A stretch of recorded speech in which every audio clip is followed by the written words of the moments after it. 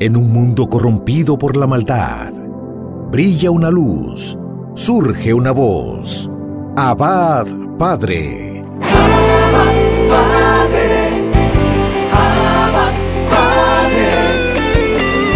Queremos escuchar tu voz. Abba, Padre. Abba, Padre.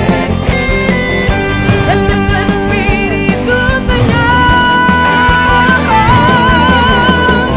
Abba, Padre. Abba, Padre. Queremos escuchar tu voz. Y ya con ustedes, sus anfitriones. Bienvenidos, hermanos y hermanas, a este tu programa Abba Padre Internacional.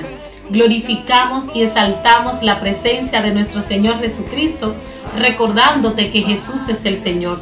Jesús es el camino que nos conduce al Padre. Y así como los santos, específicamente me encanta Santa Teresa de Jesús, una santa mística que desde aquel cenáculo, desde aquel monte de oración, permanecía en oración y anhelaba a que Jesús santificara la vida de los hombres. Por tanto, en este momento te invito a que, unidos en oración, invoquemos la presencia del Espíritu del Señor. Gracias por la oportunidad de llegar en esta hora a tantos que están esperando este programa para recibir una gracia, una bendición, un aliento de vida. Ese aliento de vida lo da el Espíritu Santo. Él infunde en nosotros su presencia que viene a levantarnos. Tú que estás quizás en ese apartamento experimentando soledad, experimentando miedo, porque no sabes qué va a pasar, porque tienes miedo al presente, miedo al futuro. En esta hora invocamos la presencia del Espíritu Santo que te envuelve allí donde estás, que te comunica esperanza y fortaleza en esta hora difícil que está pasando el mundo. Hermano y hermana, yo te voy a invitar a que te abras a la acción del Espíritu Santo, que una nueva esperanza ahora fluya en tu vida y en todo tu ser, que tu corazón ahora sea fortalecido con esa presencia del Espíritu Santo que nos infunde un nuevo aliento de vida. Dile que te llene. Espíritu de Dios, lléname. Espíritu de Dios, lléname. Derrámate, Espíritu, en mi corazón, que quiero ser nuevo hoy. Espíritu de Dios, guíame. Tú que te sientes perdido, Espíritu de Dios, guíame. Derrámate, Espíritu, en mi corazón, que quiero ser nuevo hoy. Espíritu Santo, profundiza en nuestras vidas, en nuestra historia. Espíritu Santo, toca lo más profundo de nuestra existencia, las áreas más necesitadas de ti. Espíritu Santo, llega a nuestros sentimientos y a nuestras emociones.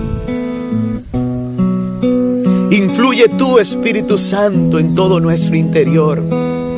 Toma el control. Así como dice la palabra de Dios, que en el principio tu presencia aleteaba sobre la superficie de las aguas, mientras que la tierra estaba desordenada y vacía. Espíritu de Dios, hoy quizás nuestras vidas también están así, desordenadas y vacías. Ven a establecer tu orden divino, Espíritu Santo, en cada familia, en cada hogar, Espíritu de Dios, en cada vida y en cada corazón que en este momento se conecta contigo, que eres la fuente de la vida, el soplo de vida, el ruaj de Dios. Ven Espíritu Santo, clamamos tu presencia, que tu poder nos levante. En este día, Espíritu Santo, ven. Espíritu de Dios, lléname, lléname. Espíritu de Dios, lléname.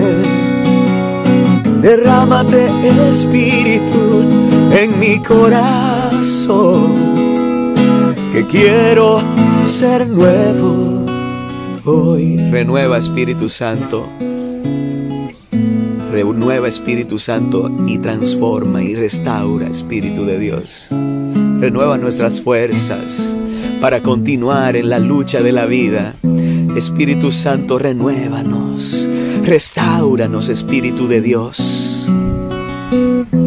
Que tu presencia venga sobre cada uno de los que en este momento detrás de esa pantalla están experimentando tristeza y soledad. Aquellos que están sumergidos en una depresión, aquellos que no saben qué hacer, que sienten que no pueden más con su situación, aquellos que están enfermos y que la enfermedad está acabando no solamente con su físico, sino con su vida emocional. Espíritu Santo, ven sobre aquellos que están clamando tu presencia en esta hora, sobre aquellos infectados por esta pandemia. Ven, Espíritu Santo, con tu fuego divino y consume todo lo que no venga de Dios. Ven, Espíritu de Dios, a nuestras vidas, a nuestras familias, a nuestros hogares, Espíritu Santo. Ven y envuélvenos con la atmósfera divina de tu presencia. Ven, Espíritu Santo, te damos gracias por tu acción en nuestras vidas, por la esperanza que infunde en nuestro corazón. Gracias, Espíritu de Dios, porque tu aliento de vida nos vivifica. Gracias.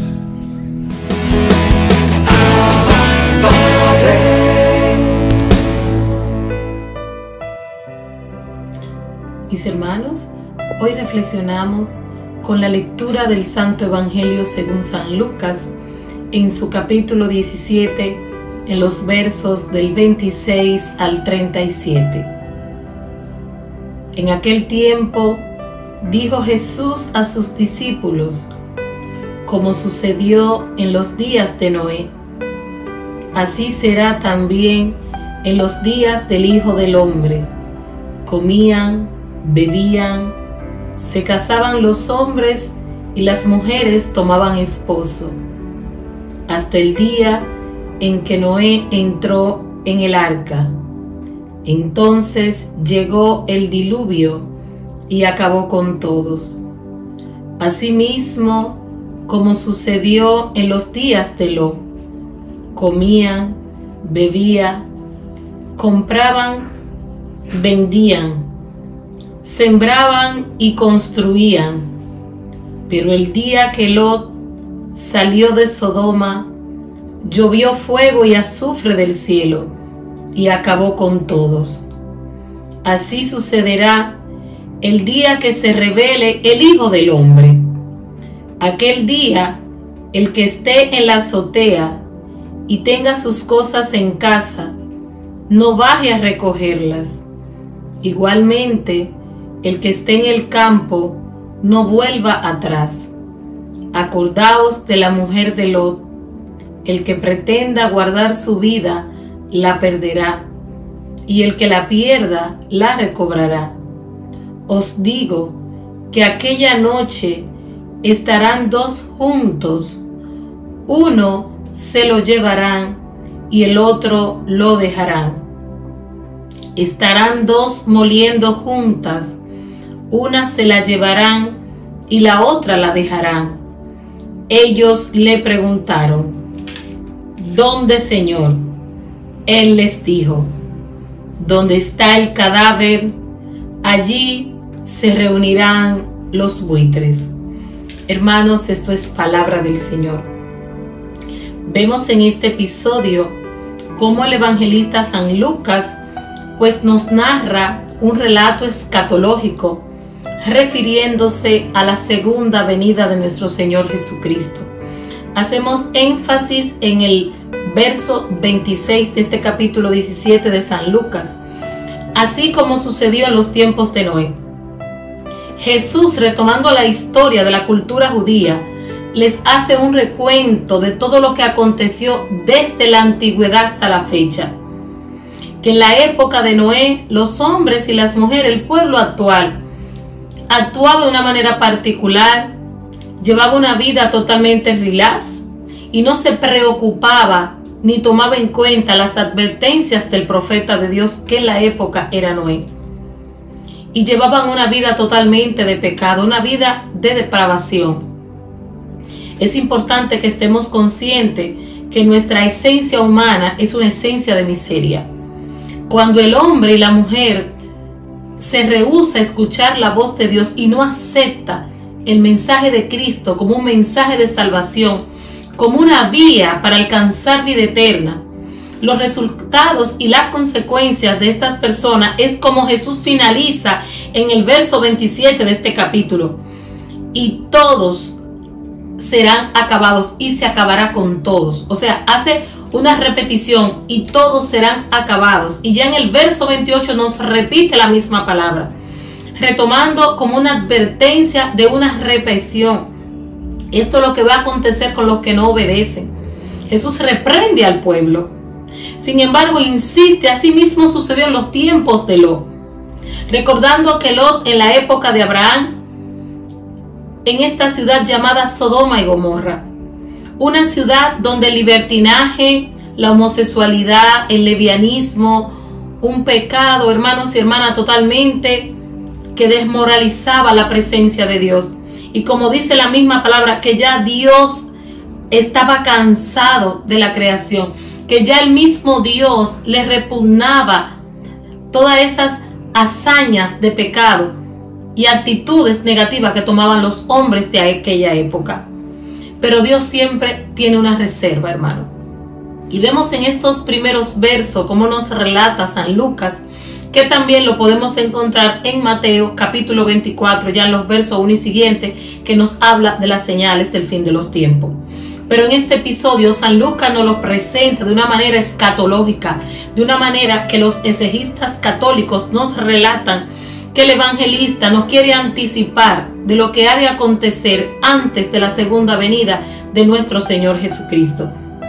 Es importante que a través de advertencia, que a través de fenómenos que acontecen para Dios enviar una señal sobre la tierra, es como dice la palabra, y así se revelará el Hijo del Hombre. Actualmente estamos padeciendo aún de la pandemia, sin embargo es una señal, es una respuesta ante la desobediencia, porque es un virus que ha sido creado por los hombres. No podemos nosotros culpar a Dios por los errores y pecados de los hombres. Por tanto, la palabra de Dios nos invita de una manera especial, hermanos y hermanas, a que en esta preparación de que tú y yo tenemos que tener conciencia en nuestras vidas de que habrá una segunda venida de nuestro Señor Jesucristo. Es aquella palabra, aquel oráculo que los ángeles en el libro de los Hechos, capítulo 2, cuando nos habla de esa gloriosa ascensión y cómo Jesús se revela y asciende al cielo ante la presencia de los discípulos, los ángeles dicen a los discípulos, ese Cristo que han visto descender a los cielos, asimismo volverá a ustedes. Y es en base a esta promesa que Jesús les advierte que se arrepientan.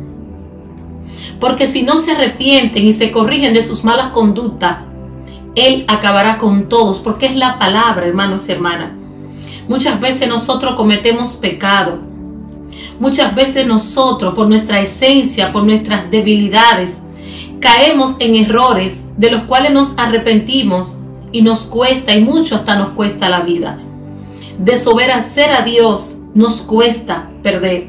Sin embargo, la palabra nos invita a que aquellos que preserven su vida, la perderán.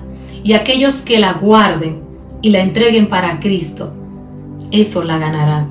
Es por ello que en este episodio también se nos habla de la gloriosa muerte y la gloriosa resurrección de nuestro Señor Jesucristo. Él, como símbolo de amor y da la revelación del Padre, se nos manifiesta como un Cristo de misericordia. Por tanto, nos invita a experimentar una vida de gracia y recordando que no es con nuestra propia fuerza. El Espíritu de Dios está sobre la tierra y de una manera especial tenemos que acudir a ese Paráclito. Debemos de acudir a ese Consolador. Y si por ti solo, por ti sola no puedes, hermano, no es porque tú seas menos que los demás, es que es nuestra propia naturaleza. Tenemos que pedir ayuda, así como cuando Cristo en ese proceso del Calvario al Gólgota caía y los mismos hombres que lo llevaban a ese proceso de martirio para que sobre él se cumpliera la promesa del Padre. Así como llegó ese Simón de Cirene y ayudó a Cristo a cargar la cruz, así hoy de una manera especial el Espíritu Santo de Dios nos quiere cargar y nos quiere mostrar que el camino a la cruz nos conduce a un camino de victoria, a un camino de salvación. Vamos a tener ese examen de conciencia personal y en el nombre de Jesús sí se puede. Recordando que lo que es imposible para los hombres es posible para Dios y que aún de nuestras caídas, cuando hacemos una confesión de corazón y volvemos arrepentidos ante la presencia de Dios, Cristo Jesús escucha nuestra oración y nos invita a levantarnos y estar con Él. Quiero finalizar recordándote que esta pregunta que hacen los discípulos, Señor, ¿dónde será esto? Jesús les dijo, donde está el cadáver, allí se reúnen los buitres. Jesús está hablando aquí de señales específicamente que han de acontecer ya de una manera final, como un tiempo culme, refiriéndose a lo que son las leyes, las dictaduras de los hombres, el llevar a cabo una aceptación de lo que son las culturas de muerte, y allí estarán todos reunidos, porque donde está el cadáver estarán los buitres. Hermanos y hermanas, esto significa que en aquellas naciones donde se están aprobando y llevando a cabo culturas de muerte, practicando actividades de satanismo, sacrificando niños, aprobando el aborto, aprobando matrimonios del mismo sexo, aquellos cadáveres estarán reunidos porque los buitres, el pecado y todas esas maldades estarán sobre ellos, descenderá sobre esas naciones y sobre esas personas. Sin embargo, Cristo Jesús hoy nos advierte, hermanos, a que nosotros no caigamos en esas tentaciones y a que tú y yo no repitamos los errores de nuestros antepasados. Bendiciones.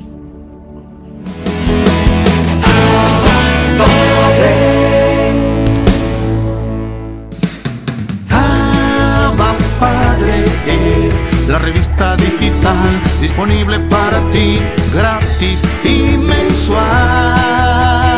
Búscale y comparte la revista digital Abba Padre con temas relevantes para una nueva evangelización con alegría y ardor. Abba Padre, el medio espiritual más completo, práctico y actual para apoyar, animar y difundir la obra santa de los evangelizadores hispanoparlantes de hoy. Gratis y mensual. Abba Padre, la revista digital.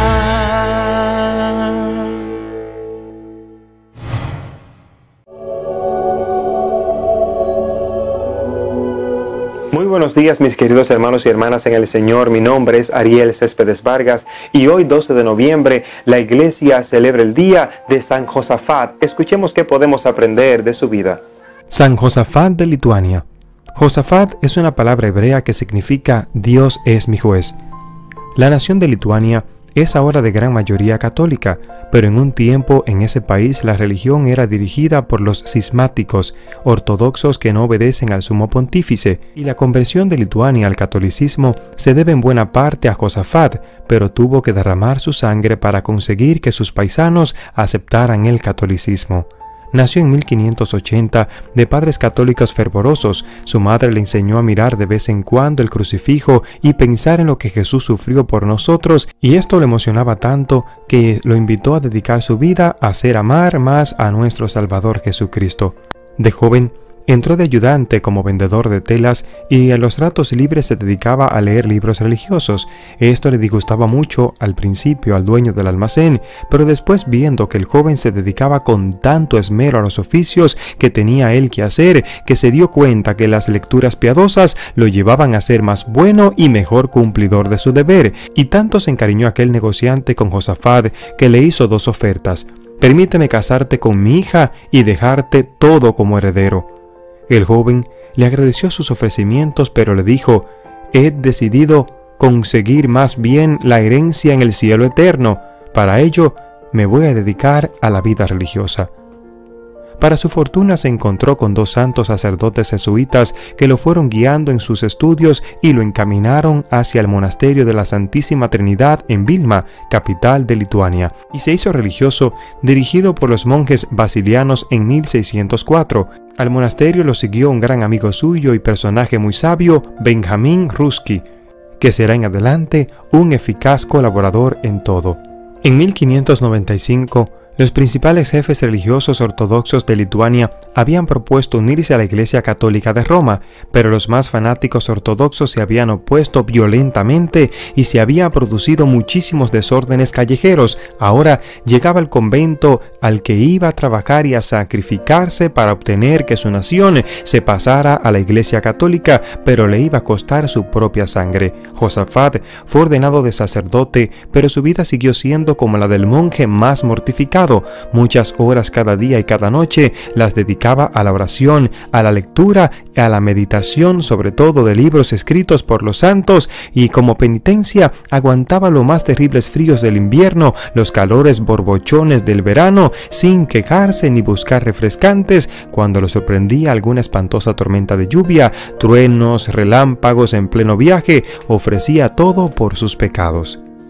En 1623, sabiendo que la ciudad de Vitebsk era la más rebelde y contraria a él, dispuso ir a visitarla para tratar de hacer las paces con ellos. Sus amigos le rogaron que no fuera y varios se le propusieron que llevara su escolta militar. Él no admitió y dijo: si Dios me juzga digno de morir mártir, no temo morir.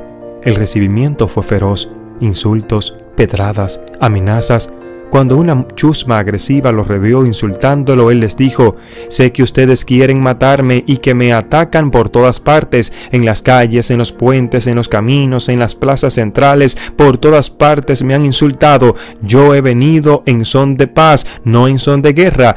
Yo he venido como pastor de ovejas, buscando el bien de las almas, pero me considero verdaderamente feliz de poder dar la vida por el bien de todos ustedes. Sé que estoy a punto de morir y ofrezco mi sacrificio por la unión de todas las iglesias bajo la dirección del sumo pontífice.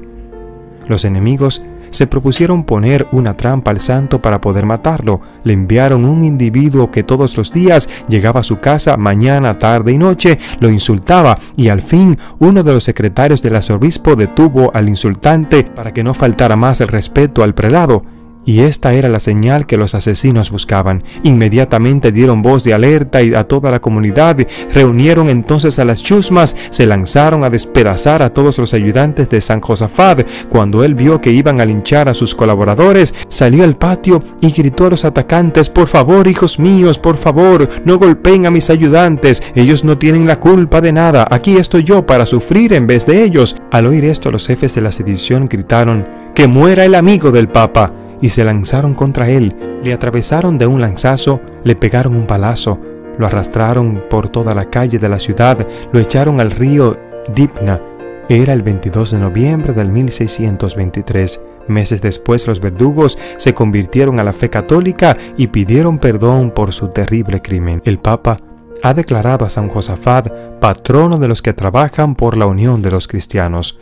Es por eso que hoy es el día de San Josafat de Lituania. San Josafat de Lituania, ¿cuánto podemos aprender de la vida de este santo? Hermanos y hermanas, qué hermoso es su vida. Me encanta, lo que más impactó mi corazón es que él meditaba, oraba, le encantaba, hermanos, leer la vida de los santos. Y dice que incluso con quien él trabaja se molestó porque él se pasaba el tiempo libre leyendo esta vida de santos, meditando, pero pudo comprobar que gracias a estas lecturas él era eficiente en todo lo que hacía. Tú tú y yo estamos llamados a la eficiencia, tú y yo estamos llamados a hacer lo mejor, tú y yo estamos llamados, hermanos y hermanas, a hacer lo mejor posible, todo porque amamos al Señor. Cuando tú y yo investigamos las apariciones de Fátima, vamos a ver que aquellos 3 pastorcitos videntes, la Virgen le pidió a ellos que hicieran sacrificios, y me encanta cuando ellos empezaron a describir los sacrificios que hacían, que todos estaban de acuerdo con que el sacrificio más difícil era la perfección,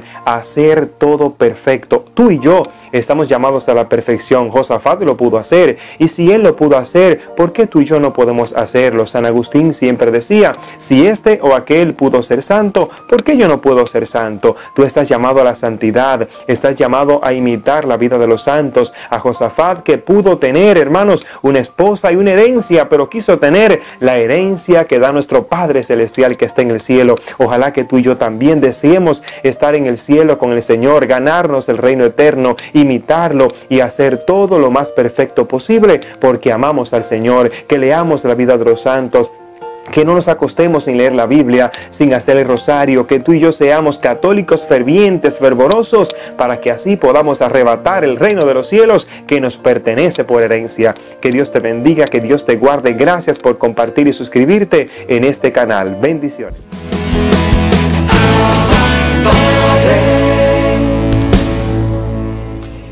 Bienvenidos a esta nueva edición de Cerrando las Puertas al Enemigo, segmento que se emite dentro del programa Abba Padre. Estamos examinando cómo afectan estas invocaciones a los demonios implícitas. Invocaciones en que la persona no lo hace queriendo invocar a los demonios, pero está realizando cosas ocultistas, yendo a curanderos, usando amuletos, yendo a un adivino, etcétera, y todo eso tiene unos efectos. Ha abierto una puerta con el mundo oscuro. Y hay que eliminar todos estos objetos, hay que abjurar de todos estos actos ocultistas. Y pues cuando se han empleado objetos, pues hay que exorcizarlos, quemarlos, romperlos o enterrarlos en un lugar no habitado, claro. Y entonces pues que es como hay que actuar en estos casos para cortar y luego abjurar de esos actos ocultistas. Es muy significativo como lo que narra el capítulo 19 de Hechos de los Apóstoles, en que en Éfeso los 7 hijos de Esceva, viendo la eficacia que cada vez que invocaban utilizaban un objeto que había estado en contacto con Pablo, se liberaban y se curaba la gente. Y entonces ellos, pues vamos a hacer esto, ¿no? Y en el nombre de Jesús de Nazaret, a quien Pablo predica, salir, le dijeron a un poseído de esta persona. Y el demonio les dijo, sabemos quién es Pablo, sabemos quién es Jesús, pero vosotros quiénes sois. Se arrojó sobre ellos, los desnudó y los apaleó. Y entonces entró un gran temor a los cristianos de Éfeso recién convertidos. Se habían convertido, pero guardaban sus pergaminos de brujerías, de estas prácticas ocultas, y cuando se dieron cuenta que no se puede jugar con estos temas, trajeron todos esos objetos, hicieron una pila y la quemaron. Dice Lucas que el valor de todos esos objetos era aproximadamente de unos 30.000 siclos. El siclo era el salario de un día, o sea que es un dineral lo que quemaron. ¿Por qué? Pues porque con estas cosas no se juega. Dice, ay, bueno, voy a destruir esta cerámica con un dragón y con un demonio que tiene aquí, pero eso es muy bonita y tal, una cosa china que no sé qué, o esta cosa egipcia que tiene aquí unas deidades de Isis, Osiris, Horus, el que sea, ¿no? Pues sí, hay que deshacerse de todo eso y es lamentable haberse gastado el dinero en cosas de ese tipo que pueden dañar y que pueden perjudicar a la gente.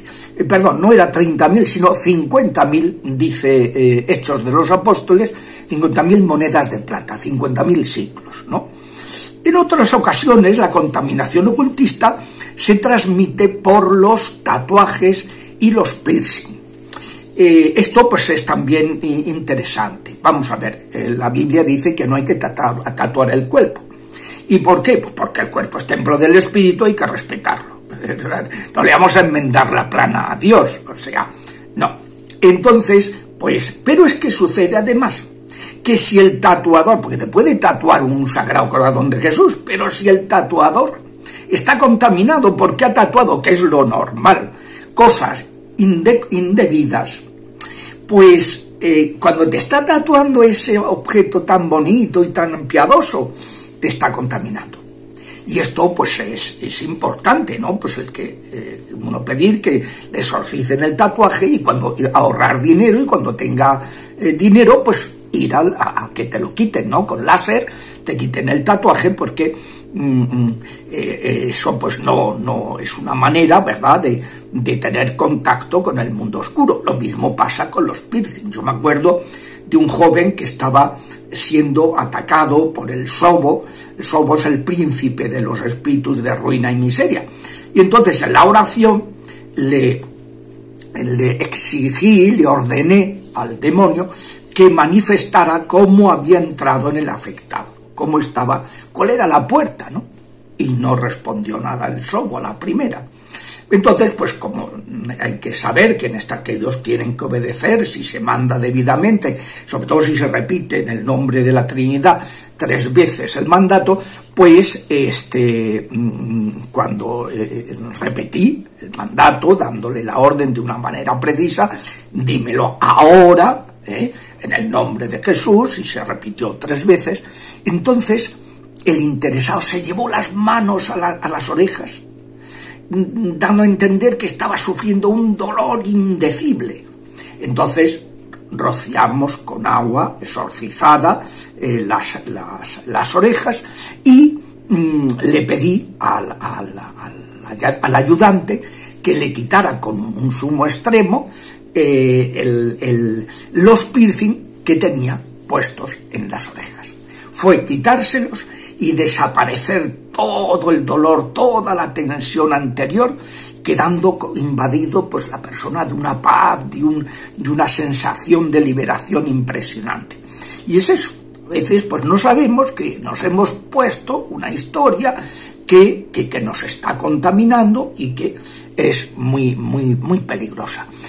Hay también pues diversas formas de la nueva era con la que se han ido introduciendo subrepticiamente en Occidente los cultos paganos, las prácticas hinduistas, que es una cultura animista que invocan a los demonios, budistas, que es una anulación de la persona, que obedecen a una teosofía, a un planteamiento religioso completamente panteísta y que propone la negación y la destrucción del yo como cauce para la felicidad, lo que llaman los budistas la ataraxia, que es ni siente ni padece. Entonces ya estoy tranquilo, porque eso es totalmente incompatible con la visión cristiana, como han recordado los obispos en estos últimos años muchas veces, ¿no? Explicando cómo es incompatible pues la meditación zen, ¿verdad?, con la oración cristiana. La creencia en la reencarnación, la invocación y canalización de energías, el Reiki, que es una manera, ¿verdad?, de invocar a los demonios para que canalizar y supuestamente curar, pero que dejan es invadida la persona. El método Silva de control mental, la sofrología, cuando no respeta, ¿no?, a los viajes astrales, que es querer pues salir del cuerpo para visitar. Claro, eso solo se puede hacer a través de un demonio, ¿no?, de imágenes de deidades hinduistas o de Buda, la cienciología, el pendulismo, y hay otras muchas formas que se han ido introduciendo, no digamos ya en las terapias alternativas, donde hay todo tipo de invocaciones extrañas, ¿no?, y que se han introducido, como decía Chesterton, cuando el ser humano deja de creer en Dios, acaba creyendo en casi cualquier cosa, y que es lo que sucede hoy día. Tú ves a personas que se van presumiendo de ateos y de racionalistas y de no sé qué, y luego son los tíos más supersticiosos que creen en las cosas más increíbles del mundo. Y es que es ridículo, pero es así. Es así. O se cree en Dios o se acaba creyendo en cualquier historia, en cualquier rollo malo, ¿no? Entonces, pues, el New Age es un movimiento que empezó en 1875 en una sociedad teosófica de unas mujeres que estaban muy vinculadas al misticismo oriental y de matriz masónica. Entonces, pues decían que habían recibido unas enseñanzas de maestros ascendidos, es decir, de unos seres espirituales. Siempre les pregunto a los del Reiki, oye, ¿esos maestros ascendidos en quién creen? Y se callan, porque saben perfectamente que no creen en Dios, que son demonios, ¿no? Entonces, bueno, pues estas habían recibido, decían ellas, esas enseñanzas de maestros ascendidos para instaurar un nuevo orden mundial anticristiano. Y entonces, pues este es otro de los caminos, ¿verdad?, que está utilizando el enemigo para dañar a las personas. Lo explicaremos más detenidamente, si Dios quiere, en la próxima sesión.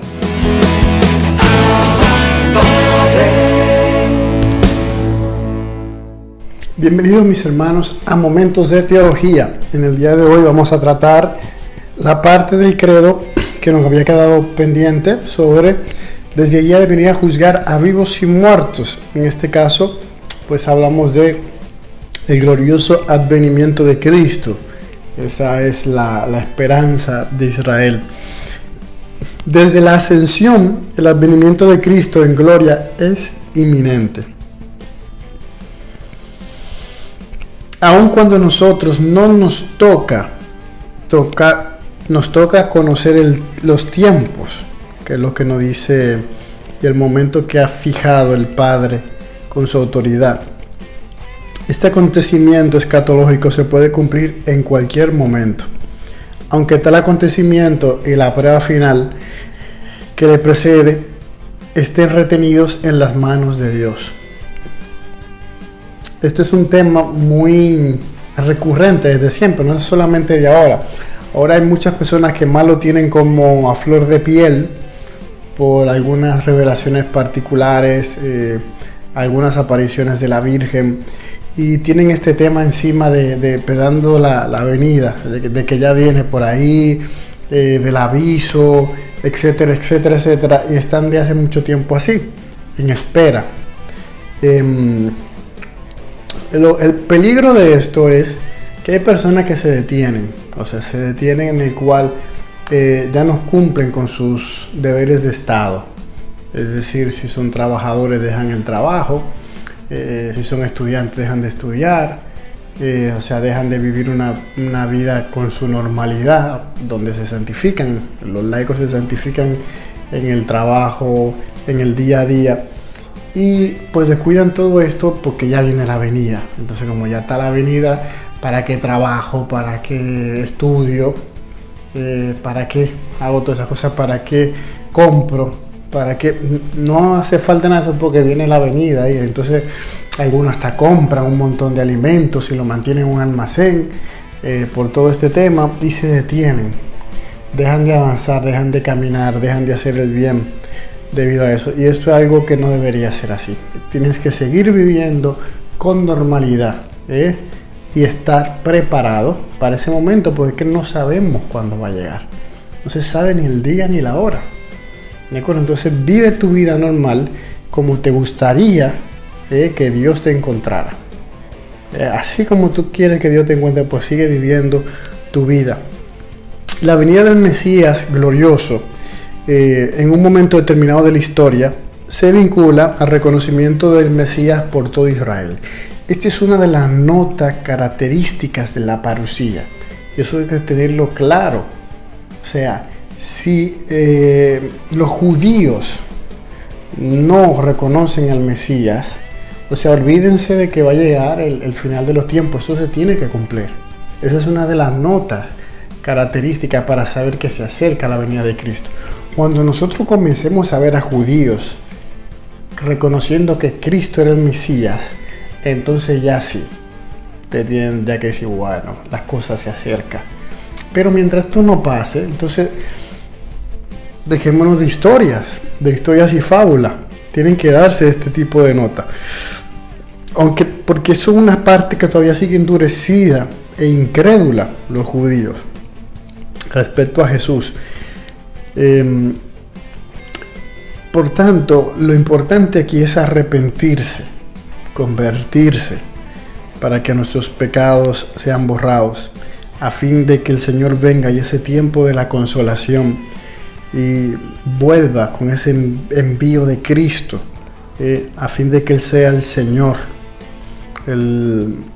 y Él pueda ser el Rey universal que todos nosotros necesitamos. San Pablo hace un eco con esto y dice: si su reprobación ha sido la reconciliación del mundo, ¿qué será su readmisión sino una resurrección de entre los muertos? La entrada de la plenitud de los judíos en la salvación mesiánica continúa. Eso es parte integral de esta parusía de Cristo. Él hará al pueblo de Dios llegar a la plenitud de Cristo, en el cual todo será todo en nosotros. También vendrá la última prueba de la iglesia. Es otra cosa también que viene con la parusía. Antes del venimiento de Cristo, la iglesia deberá pasar por una prueba final que sacudirá la fe de numerosos creyentes.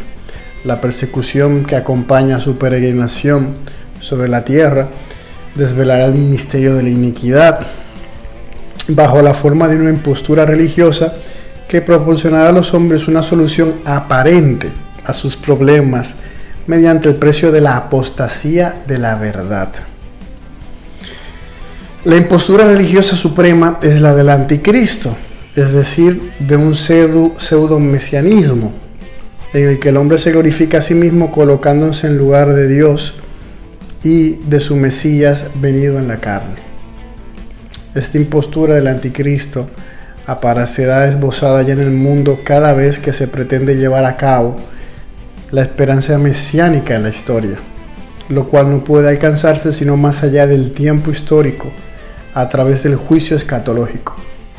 Incluso en su forma mitigada, la Iglesia ha rechazado esta falsificación del reino futuro con el nombre de milenarismo, sobre todo bajo la forma política de un mesianismo secularizado, intrínsecamente perverso. La Iglesia solo entrará en la gloria del reino a través de esta última Pascua, en la que seguirá a su Señor en su muerte y su resurrección. El reino no se realizará, por tanto, mediante un triunfo histórico de la Iglesia. Hay gente que está esperando que haya un triunfo histórico dentro de la Iglesia en forma de un proceso creciente, sino por una victoria de Dios sobre el último desencadenamiento del mal, que hará descender desde el cielo a su esposa. El triunfo de Dios sobre la rebelión del mal tomará la forma de juicio final, después de la última sacudida cósmica de este mundo que pasa.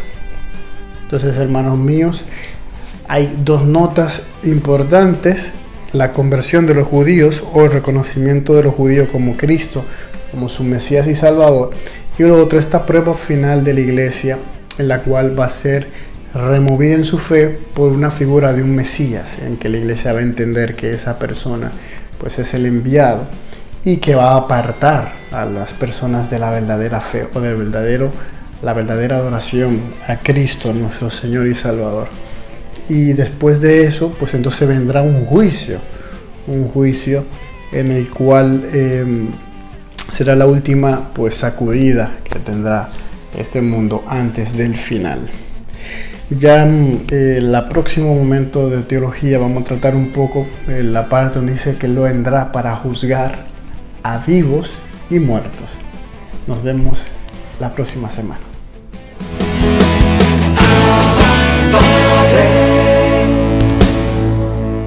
Saludos, amados hermanos, que el amor del Padre, la paz del Hijo y el fuego del Espíritu Santo esté con cada uno de ustedes y sean todos bienvenidos nuevamente a un nuevo segmento de Redescubriendo los dones y los carismas. Como es de costumbre, digamos todos juntos: creo en el Espíritu Santo, Señor, y dador de vida que procede del Padre y del Hijo, que con el Padre y el Hijo recibe una misma adoración y gloria y que habló por los profetas. Vamos todos juntos a leer el Evangelio según San Lucas, capítulo 12, versículo 49. Dice la palabra de Dios, en el nombre del Padre, del Hijo y del Espíritu Santo. Yo he venido a traer fuego sobre la tierra, y cómo desearía que ya estuviera ardiendo. Palabra de Dios. En nuestro pasado segmento comenzamos hablando del sacramento del bautismo, que es dónde y cuándo recibimos a la persona del Espíritu Santo. Ese día, el día de nuestro bautismo, nos convertimos en hijos de Dios. Por eso, y finalizamos ese segmento enfatizando e invitando a que todo niño debe estar bautizado. ¿Por qué? Porque yo quiero que mis hijos sean hijos de Dios y herederos de las promesas del Padre. Por eso nosotros los católicos creemos y fomentamos el bautismo a los niños. Entonces, ¿qué nos dice a nosotros el catecismo de la Iglesia Católica en el numeral 1298? El catecismo de la Iglesia Católica, el numeral 1298. Cuando la confirmación se celebra separadamente del bautismo, como es el caso en el rito romano, la liturgia del sacramento comienza con la renovación de las promesas del bautismo y la profesión de fe de los confirmados. Así pues, claramente que la confirmación constituye una prolongación del bautismo. Cuando es bautizado un adulto, recibe inmediatamente la confirmación y participa en la Eucaristía. En el rito romano, este es el numeral 1299. En el rito romano, el obispo extiende las manos sobre todos los confirmados. Gesto que desde el tiempo de los apóstoles es el signo del don del Espíritu Santo. Y el obispo invoca así la efusión del Espíritu Santo y hace una oración. La oración que dice el obispo es la siguiente: Dios Todopoderoso, Padre de nuestro Señor Jesucristo, que regeneraste por el agua y el Espíritu Santo a estos siervos tuyos y los libraste del pecado. Escucha nuestra oración y envía sobre ellos el Espíritu Santo Paráclito. Llénalos de espíritu de sabiduría y de inteligencia, de espíritu de consejo y fortaleza, de espíritu de ciencia y de piedad, y cólmalos del espíritu de tu santo temor por Jesucristo nuestro Señor. Como vemos, amado hermano, aunque no nos acordamos o no nos acordemos en qué día nos bautizaron, porque éramos muy pequeños, ahora en el sacramento de la confirmación recibimos nuevamente el Espíritu Santo por imposición de las manos del obispo. En el bautismo sacramental fuimos consagrados o fuimos llevados a ser hijos de Dios por medio del agua. Por medio de los óleos se nos consagró sacerdote, profeta y rey. En la confirmación, en el sacramento de la confirmación, ahora se nos invita a ser soldados de Cristo. Usted y yo somos soldados de Cristo. Y como soldados de Cristo necesitamos todas las herramientas que podamos recibir de parte de Dios. Y esas herramientas son los dones y los carismas. El propósito de Dios en nuestra vida es que nosotros seamos hijos de Dios, sacerdote, profeta, rey, y que seamos sus soldados, y Él no nos deja desamparados, Él no nos deja sin herramientas, Él no nos deja sin armas. Él nos ha dado a cada uno de nosotros los 7 dones del Espíritu Santo con todos los carismas que conllevan cada uno de los dones. Por eso es importante entender, por eso es importante vivir, por eso es importante formarse uno y entender en qué consiste el sacramento del bautismo, en qué consiste el sacramento de la confirmación que usted y yo hemos recibido y que a veces no lo entendemos. ¿Y por qué yo digo que no lo entendemos? Porque todavía yo escucho personas pidiendo al Espíritu Santo que venga. Y es hermoso cantar, ven Espíritu Santo. Y hay oraciones hermosas diciendo, ven Espíritu Santo. Pero muchas veces estas oraciones de invitación al Espíritu Santo pueden llevar a la confusión de pensar que el Espíritu Santo está por ahí en algún lugar y que yo tengo que gritar para que Él me escuche y yo tengo que invitarlo a que Él baje para que Él pueda entrar en mí. No, amado hermano, no. Ya nosotros lo recibimos en el bautismo. Ya nosotros lo recibimos en la confirmación.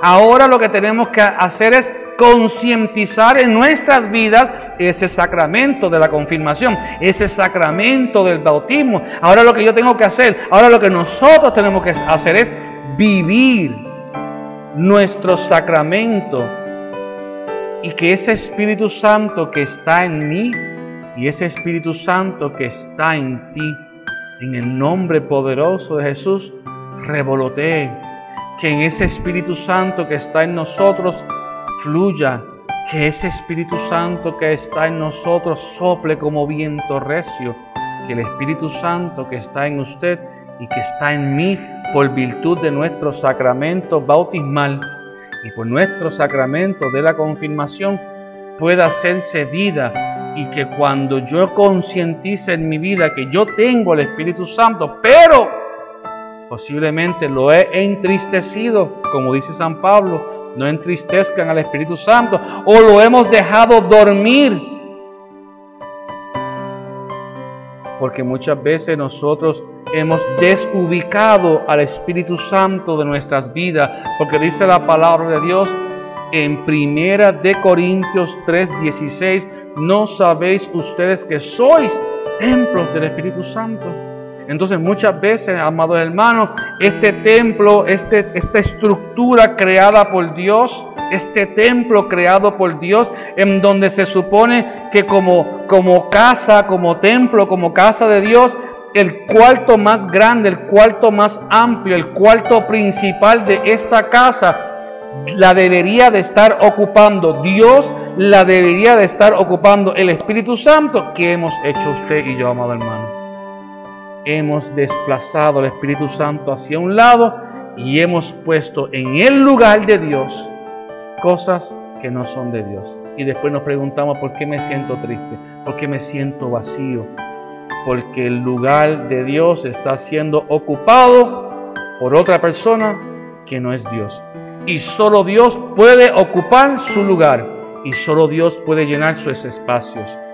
Amados hermanos, te quiero invitar a que nos encontremos nuevamente en nuestro próximo segmento de Redescubriendo los Dones y los Carismas. Si este segmento está siendo de bendición para usted, por favor déjanos saber. Búscanos en Facebook, búscanos en YouTube, Moisés Ríos Pérez, dale like al Facebook, suscríbete en YouTube, escríbele a los hermanos de Abba Padre, diciéndole que este programa es de bendición para usted y para toda su familia. Que Dios te bendiga. Regresamos a los estudios con los hermanos de Abba. Así despedimos tu programa Abba Padre Internacional, dándole gracias a Dios por tantas personas que día tras día se conectan en nuestras redes sociales. Bendiciones, hermanos y hermanas. Te invito de una manera especial a que nos escriba tus intenciones. Escríbenos a través de nuestras redes sociales. Estaremos orando por tus peticiones y agradecemos a Dios por todos los medios de comunicación que transmiten este programa y hacen eco de que Dios Padre Todopoderoso está en medio de nosotros. Hasta la próxima. Queremos escuchar tu voz.